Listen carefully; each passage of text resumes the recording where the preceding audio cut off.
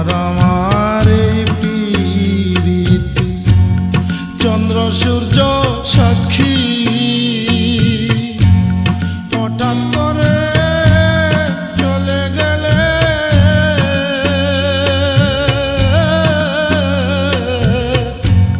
বললাম না চালাকি রে পাখি আমি ডাকিতেছি তুমি